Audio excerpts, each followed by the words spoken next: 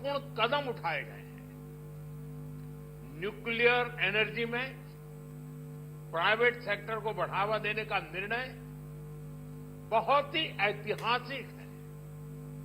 ये आने वाले समय में सिविल न्यूक्लियर एनर्जी का बड़ा योगदान देश के विकास में सुनिश्चित करेगा। बजट में रोजगार के सभी क्षेत्रों को हर प्रकार से प्राथमिकता दी गई है, लेकिन मैं दो चीजों पर ध्यान आकर्षित करना चाहूंगा। उन रिफॉर्म्स की मैं चर्चा करना चाहूंगा जो आने वाले समय में बहुत बड़ा परिवर्तन लाने वाले हैं। एक, इंफ्रास्ट्रक्चर स्टेटस देने के कारण भारत में बड़े शिप्स के निर्माण को बढ़ावा मिलेगा। आत्मनिर्भर भारत अभियान को गति मिलेगी और हम सब जानते हैं कि शिप बिल्डिंग ये सर्वाधिक रोजगार देने वाला क्षेत्र है। उसी प्रकार से देश में टूरिज्म के लिए बहुत संभावना है। महत्वपूर्ण 50 टूरिस्ट डेस्टिनेशन, वहां पर जो होटल्स बनाएंगे उस होटल को पहली बार इंफ्रास्ट्रक्चर के दायरे में लाकर टूरिज्म पर बहुत बल दिया है। इससे हॉस्पिटैलिटी सेक्टर को, जो रोजगार का बहुत बड़ा क्षेत्र है, और टूरिज्म जो रोजगार का सबसे बड़ा क्षेत्र है, एक प्रकार से चारों तरफ रोजगार के अवसर पैदा करने वाला एक क्षेत्र को ऊर्जा देने वाला काम करेगा। आज देश विकास भी विरासत भी इस मंत्र को लेकर चल रहा है। इस बजट में भी इसके लिए भी बहुत महत्वपूर्ण और ठोस कदम उठाए गए हैं। 1 करोड़ पांडुलिपियों के लिए संरक्षण के लिए, मैन्युस्क्रिप्ट के लिए ज्ञान भारतम मिशन लॉन्च किया गया है। साथ ही भारतीय ज्ञान परंपरा से प्रेरित एक नेशनल डिजिटल रिपोजिटरी बनाई जाएगी। यानी टेक्नोलॉजी का भरपूर उपयोग किया जाएगा और हमारा जो परंपरागत ज्ञान है उसमें से अमृत निचोड़ने का भी काम होगा। साथियों, बजट में किसानों के लिए जो घोषणा हुई है वो कृषि क्षेत्र और समूची ग्रामीण अर्थव्यवस्था में नई क्रांति का आधार बनेगी।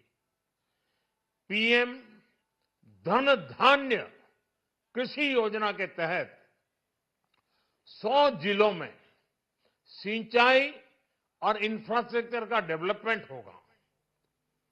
किसान क्रेडिट कार्ड की लिमिट 5 लाख तक होने से उन्हें ज्यादा मदद मिलेगी।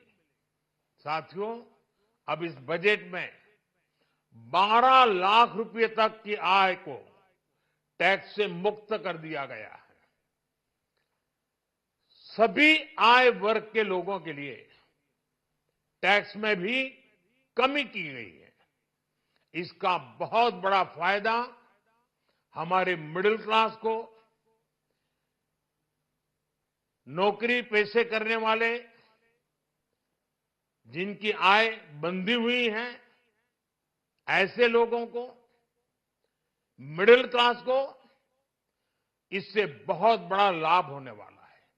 उसी प्रकार से जो नए नए प्रोफेशन में आए हैं, जिनको नए नए जॉब मिले हैं, इनकम टैक्स की ये मुक्ति उनके लिए एक बहुत बड़ा अवसर बन जाएगी।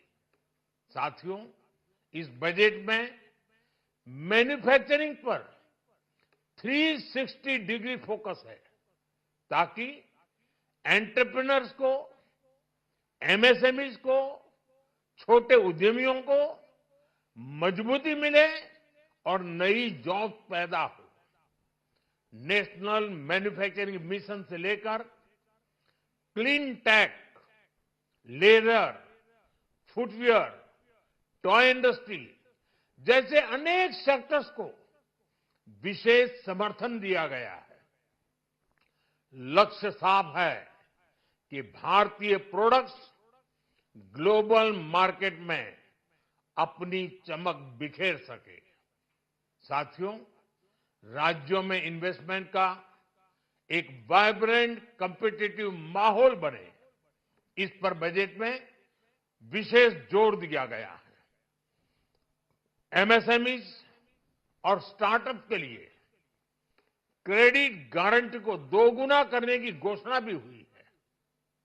देश के एससी, एसटी और महिला जो नए उद्यमी बनना चाहते हैं, उनको 2 करोड़ रुपए तक के लोन की योजना भी लाई गई है, और वो भी बिना गारंटी। इस बजट में न्यू एज इकोनॉमी को ध्यान में रखते हुए गीग वर्कर्स के लिए बहुत बड़ी घोषणा की गई है। पहली बार गीग वर्कर्स का ई श्रम पोर्टल पर रजिस्ट्रेशन किया जाएगा। इसके बाद इन साथियों को स्वास्थ्य सेवा और दूसरी सोशल सिक्योरिटी स्कीम्स का लाभ मिलेगा। ये डिग्निटी ऑफ लेबर, इसके प्रति श्रम एव जयते के प्रति सरकार के कमिटमेंट को दर्शाता है।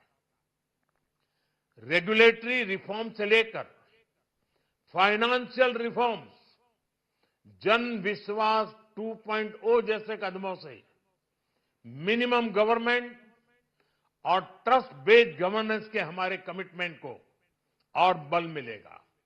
साथियों, ये बजट न केवल देश की वर्तमान आवश्यकताओं को ध्यान में रखता है, बल्कि हमें भविष्य की तैयारी करने में भी मदद करता है। स्टार्टअप के लिए deep tech fund, geospatial mission और न्यूक्लियर एनर्जी मिशन ऐसे ही महत्वपूर्ण कदम है। मैं सभी देशवासियों को एक बार फिर इस ऐतिहासिक पीपल्स बजट की बधाई देता हूं, और फिर एक बार वित्त मंत्री जी को भी बहुत बहुत बधाई देता हूं। बहुत बहुत धन्यवाद।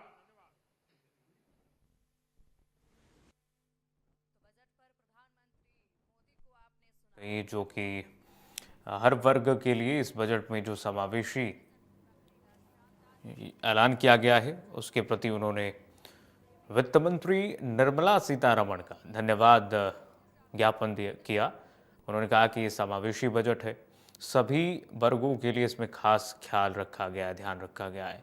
किसानों की बल्ले बल्ले है, कपास उत्पादन में उनको बढ़ोतरी मिलेगा, 12 लाख की कमाई पर कोई टैक्स नहीं होगा। मिडिल क्लास के लिए क्या ऐलान किया गया है आपको दिखाई रहे लगातार, 75,000 स्टैंडर्ड डिडक्शन के साथ 12.75 पर कोई टैक्स नहीं। बुजुर्गों के लिए टैक्स छूट डबल की गई है।